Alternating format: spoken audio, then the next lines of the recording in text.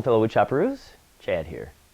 Well, many of you know I'm a professional furniture maker and a licensed contractor. Yes? And when it comes to remodeling, sometimes my customers don't have the budget to buy all brand new cabinets. So, making new cabinet doors sometimes is a more reasonable option. The money that they save on the cabinets will allow them to do further upgrades, such as countertops, lights, and flooring. One of the many different style doors that I offer is this easy-to-make style cabinet door. The beauty of this door is you can either paint or stain it. It requires few power tools, it's quick to make, and most important, it's incredibly affordable. Well, because we all know, money doesn't grow on trees. Sweet. Chad, these are only $1 bills. What? Aw, I thought I planted a $10 tree. Now the basic parts to make our cabinet door, well, it's going to be 3/4 inch plywood, chair rail molding, a decorative bead molding, and 1/4 inch plywood for the center panel. Now this door, it could be made with a raised center panel, but that would be for a different episode. Let's begin by making our stiles and rails from our 3/4 inch plywood on the table saw. Now before we use any power equipment, let's take a tip from Safety Dan. And now, staying safe with Safety Dan. Whenever you're doing anything like this, always make sure you wear your hearing protection and safety glasses.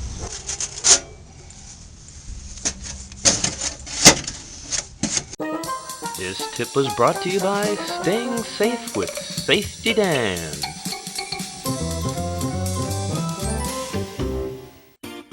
Rip your plywood to the desired width.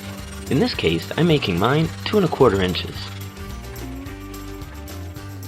We're next going to want to make the grooves to receive our panel. But before we do this, take your chair rail and mark where it's going to sit on the plywood.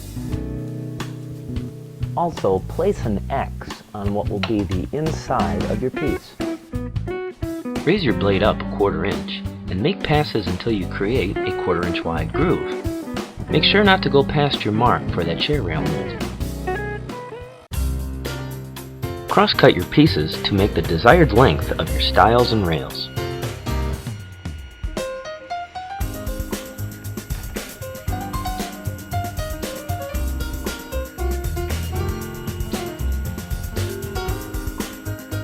Using a drill and a doweling jig, we're going to make a series of holes to connect our stiles and rails.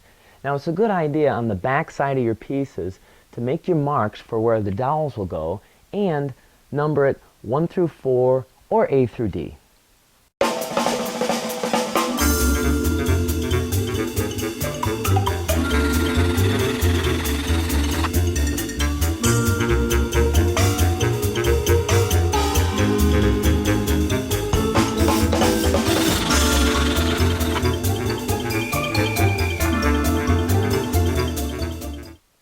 Oh yeah!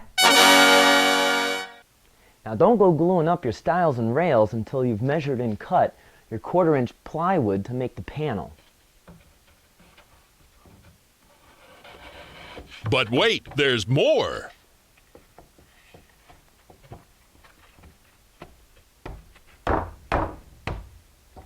After you've glued and clamped your panel, now it's time to add the decorative molding to the outer edge. I made a bead molding with my router. You could probably already buy one pre-made at the store. You just need something to cover up those plywood edges.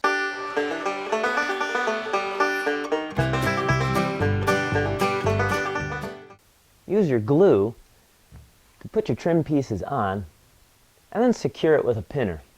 Make sure you keep your molding flush with the back of the panel. Ow! Ow! Ow! If you're going to be adding cup hinges to your doors, now's the time to drill for them.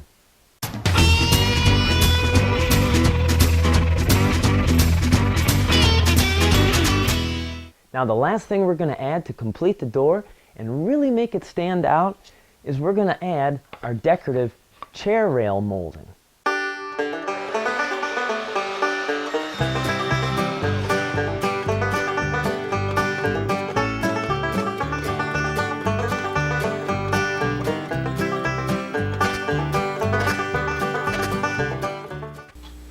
Now all you have to do is either paint or stain it, and you'll have a beautiful cabinet door.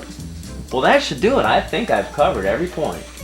How's this cabinet door supposed to fit this cabinet? Oops. Well, okay, maybe I forgot one small point. You're such a dumbass. As you know by now, I like to have fun in my videos, but I would like to take a moment to review the main points one more time. Cut your pieces for the stiles and rails from the 3/4 inch plywood. Then make the groove on the pieces to accept the center panel. Dowel the stiles and rails together. Cover the edge with the decorative bead molding. Drill out for the hinges for your panel. Then apply the chair rail around the center panel. After that, it's just painting or staining. Well, I hope you enjoyed today's video. Go to woodchoppingtime.com for more great videos and stuff. Or follow us on facebook.com/woodchoppingtime. Yep, there's only one more thing left for me to do. It's time for me to dance. We are the best.